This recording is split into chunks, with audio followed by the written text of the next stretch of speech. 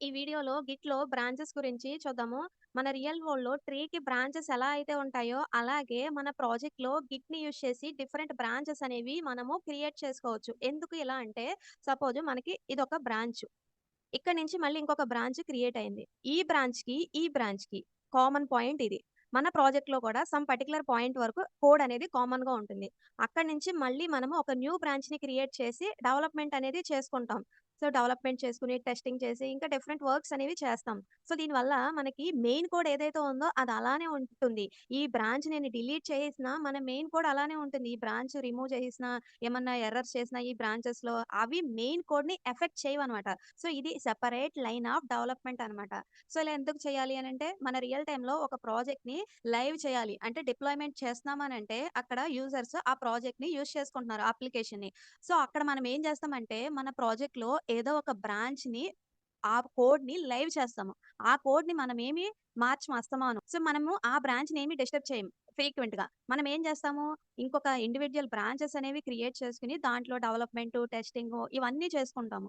ఎప్పుడైతే మనకి new features కానీ, లేకపోతే ఉన్న కోడ్‌లో ఎగ్జిస్టింగ్ కోడ్‌లో ఎర్రర్స్ కానీ ఏవన్నా ఉంటాయో అవన్నీ ఫిక్స్ చేసేసాక, మనము టెస్టింగ్ అవంతా చేసుకున్నాక, అప్పుడు మళ్ళీ మనం ఏం చేస్తాము, ఇండిపెండెంట్‌గా డెవలప్ చేసినయి ఏదైతే ఉన్నాయో, దాన్ని ఈ మెయిన్ బ్రాంచ్‌లో మిక్స్ చేస్తాము. మెర్జ్ చేస్తాము. మళ్ళీ అప్పుడు లైవ్ చేసుకుంటాము. అప్పటి వరకు ఈ కోడ్ అనేది ఏమి డిస్టర్బ్ చేయము. ఇండిపెండెంట్‌గా డెవలప్‌మెంట్ అనేది చేసి, ఎప్పుడైతే మనకి ఫైనల్ అయిపోయినాయో కొత్త చేంజెస్ కానీ, లేకపోతే ఇష్యూస్ కానీ, అవన్నీ అయిపోయిన తర్వాతే మన మెయిన్ బ్రాంచ్‌లో మెర్జ్ చేసి, అప్పుడు ఆ మెర్జ్ చేసాక ఏవైతే చేంజెస్ ఉంటాయో దాన్ని ఒక కొత్త వెర్షన్ కింద మనము రిలీజ్ చేసుకుంటా వెళ్తామనమాట.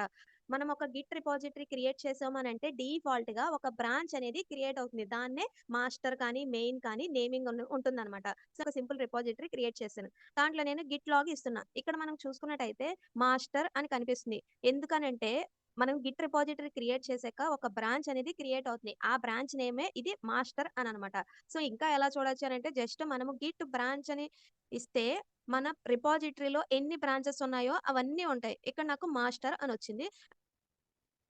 సో, ఎందుకు బ్రాంచెస్ అనేవి మనం క్రియేట్ చేసుకుంటాము అనంటే, మనం ఆ ప్రాజెక్ట్‌లో వర్క్ చేస్తామనంటే దాని మీద మల్టిపుల్ డెవలపర్స్ వర్క్ చేస్తారు. సో, మనము ఒక్కొక్క టీమ్‌కి మన రిక్వైర్మెంట్ ప్రకారం డిఫరెంట్ బ్రాంచెస్ అనేవి క్రియేట్ చేసుకుంటాము.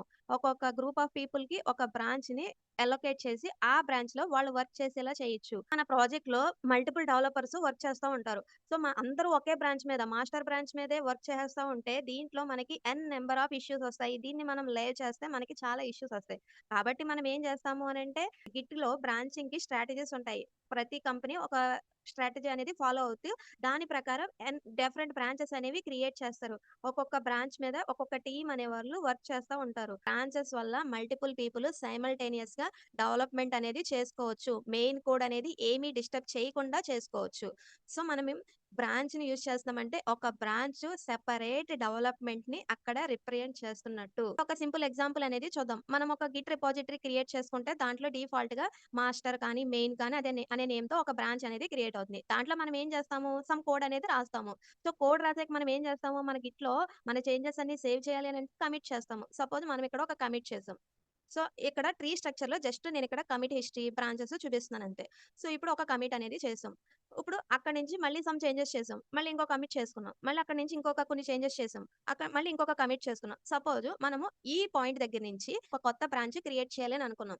సో, ఇంతకుముందు ఫ్లో అనేది ఈ డైరెక్షన్‌లో ఉంది. ఇలా ఉంది. ఇప్పుడు మనకు ఒక కొత్త బ్రాంచ్ క్రియేట్ చేస్తాం. సో, అప్పుడు మనకి ఇండిపెండెంట్ ఇంకొక సెపరేట్ లేన్ అనేది క్రియేట్ అవుతుంది. సో, అది మనము ఒక డెవ్ బ్రాంచ్ అనుకున్నాం. డెవ్ బ్రాంచు, లేకపోతే ప్రొడక్షన్ రిలీజ్ బ్రాంచు ఇలా డిఫరెంట్ నేమింగ్ కన్వెన్షన్స్ అనేవి ఉంటాయన్నమాట. సో, ఇప్పుడు మనం ఏం చేస్తాం అక్కడ వరకు కమిట్స్ ఈ బ్రాంచ్‌కి కామన్‌గా ఉంటాయి. తర్వాత ఇక్కడ మనం ఇంకో న్యూ ఫీచర్స్ యాడ్ చేసుకోవచ్చు. ఉన్న దాంట్లో ఏమన్నా మోడిఫికేషన్స్ ఇవన్నీ చేసి ఇక్కడ ఒక కమిట్ చేస్తున్నాం. నేను ఎఫ్‌సి1 అని పెట్టాను. ఇక్కడ సి1 అంటే కమిట్ 1, కమిట్ 2, కమిట్ 3 అని జస్ట్ ఒక నొటేషను. ఇక్కడ ఎఫ్‌సి1 అని ఇచ్చాను. ఫ్యూచర్ బ్రాంచ్ కమిట్ అని చెప్పి ఇచ్చానన్నమాట. ఏదైనా ఇచ్చుకోవచ్చు. ఈ తర్వాత ఇంకొక కొన్ని డేస్ లోపు మళ్ళీ ఇంకొక కొన్ని చేంజెస్ అనేవి చేసాం. మళ్ళీ ఇంకో కమిట్ అనేది చేసుకున్నాం. ఇప్పుడు మనము ఈ ఫీచర్ ఏదైతే ఉందో అది మళ్ళీ మనము లైవ్ చేయాలి అని అనుకున్నాం. అప్పుడు మళ్ళీ మనం ఏం చేస్తాము, ఇక్కడున్న మెయిన్ బ్రాంచ్‌లో ఏదైతే ఉందో దాన్ని ఈ డెవ్ బ్రాంచ్‌ని మనము మెర్జ్ చేయాలి. సో, అప్పుడు మెర్జ్ చేయడం అంటే అక్కడి నుంచి ఇక్కడ వరకు మెర్జ్ అయ్యాక మళ్ళీ ఇంకొక కొత్త కమిట్ అనేది క్రియేట్ అవుతుంది. అలా అయిపోయిన తర్వాత మనం ఇక్కడ అదంతా టెస్టింగ్ అవన్నీ చేసేసిన తర్వాతే ఈ మెయిన్ బ్రాంచ్‌లో మెర్జ్ అనేది చేస్తాము. సో, ఇది లైవ్‌లోకెళ్ళినా మనకి ఏ ఇష్యూస్ అనేవి ఉండవనమాట. ఒకవేళ ఇన్ కేస్ ఏమన్నా ఇష్యూస్ వస్తే అవి మనము అక్కడికక్కడ ఫిక్స్ చేసేలా చేస్తారు. దాన్ని హాట్ ఫిక్స్ అని అంటారనమాట. మనము గిట్‌లో ఏం చేయాలి అనన్నా కమాండ్స్ అనేవి యూజ్ చేయాలి. సో, బ్రాంచెస్‌ని చూడాలి అనంటే, మన రిపాజిటరీలో ఉన్న బ్రాంచెస్‌ని చూడాలి అనంటే, గిట్ బ్రాంచ్ అనే కమాండ్‌ని యూజ్ చేయాలి. సో, ఇప్పుడు మనం ఒక కొత్త బ్రాంచ్‌ని క్రియేట్ చేసుకోవాలి అనంటే, గిట్ బ్రాంచ్ ఏదో ఒక నేమ్ ఇచ్చుకోవాలి. మనం ఒక బ్రాంచ్ దగ్గరుండి ఇంకొక బ్రాంచ్‌ని క్రియేట్ చేస్తున్నాము. ఏ బ్రాంచ్ దగ్గరున్నప్పుడు ఇంకొక బ్రాంచ్‌ని క్రియేట్ చేస్తున్నామో, ఆ క్రియేట్ చేసిన బ్రాంచ్‌కి పైనున్న కోడ్ మొత్తం కామన్‌గా ఉంటుందనమాట. గిట్ బ్రాంచ్ డెవ్ అని ఇచ్చాను. ఈ బ్రాంచ్ నేమ్ మన రిక్వైర్మెంట్ ప్రకారం మనం ఇచ్చుకుంటామనమాట. సపోజ్ మనము బ్రాంచ్‌ని క్రియేట్ చేసాం. ఇప్పుడు మనం డెవలప్‌మెంట్ అనేది వేరే బ్రాంచ్‌లో చేయాలి. అంటే మనకి మన గిట్ అనేది ఇంతకు ముందు వేరే బ్రాంచ్‌లో ఉంది. ఈ బ్రాంచ్‌కి మూవ్ చేసి అప్పుడు మనం వర్క్ అనేది చేయాలి. దానికోసం గిట్ చెకౌట్ అని చెప్పి మనము ఏ బ్రాంచ్‌కైతే వెళ్లి వర్క్ చేయాలనుకుంటున్నామో ఆ బ్రాంచ్ నేమ్ ఇవ్వాలి. గిట్ చెకౌట్ ఆ బ్రాంచ్ నేమ్. ఇక్కడ మనకి ఇంకొక ఫ్లాగ్‌ని యూజ్ చేయొచ్చు ఈ గిట్ చెకౌట్‌లో. అదేంటంటే గిట్ చెకౌట్ -బి అని చెప్పి ఇస్తే దీని మీనింగ్ ఏంటంటే ఈ బ్రాంచ్ కొత్తగా క్రియేట్ చేసి అప్పుడు ఆ బ్రాంచ్‌కి వెళ్తుంది. ఇంతకుముందు గిట్ బ్రాంచ్ న్యూ డెవ్ అని ఇస్తే కొత్త బ్రాంచ్ అనేది క్రియేట్ అయింది. కానీ అక్కడికి వెళ్ళలే. మన గిట్ అనేది పాయింట్ ఔట్ చేయలే. ఆ బ్రాంచ్‌కి స్విచ్ అవ్వలే. సో, ఎప్పుడైతే మనము గిట్ చెకౌట్ -బి డెవ్ అని ఇస్తే కొత్త బ్రాంచ్ క్రియేట్ అవుతుంది. ఆ బ్రాంచ్‌కి కూడా మూవ్ అయిపోతుందనమాట. హెడ్ పాయింటర్ అనేది. జస్ట్ చెకౌట్ డెవ్ అని ఇస్తే ఆల్రెడీ ఎగ్జిస్టింగ్ బ్రాంచ్‌కి మూవ్ అవుతుందనమాట.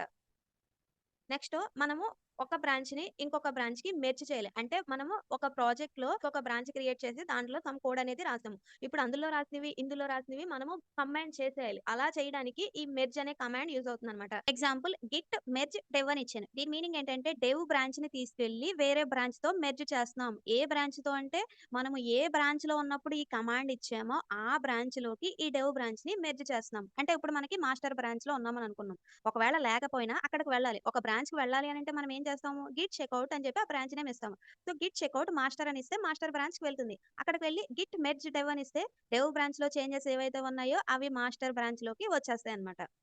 సో, ఇప్పుడు మనకు ఒక బ్రాంచ్ అనేది క్రియేట్ అయిపోయింది. మనకి మన రియల్ టైమ్‌లో ప్రాజెక్ట్‌లో డిఫరెంట్ ఫీచర్స్‌కి సపోజ్ ఒక 100 ఫీచర్స్ ఉన్నాయని అనుకున్నాం. 100 ఫీచర్స్ క్రియేట్ చేయడానికి 100 బ్రాంచెస్ అనేవి క్రియేట్ చేసాం.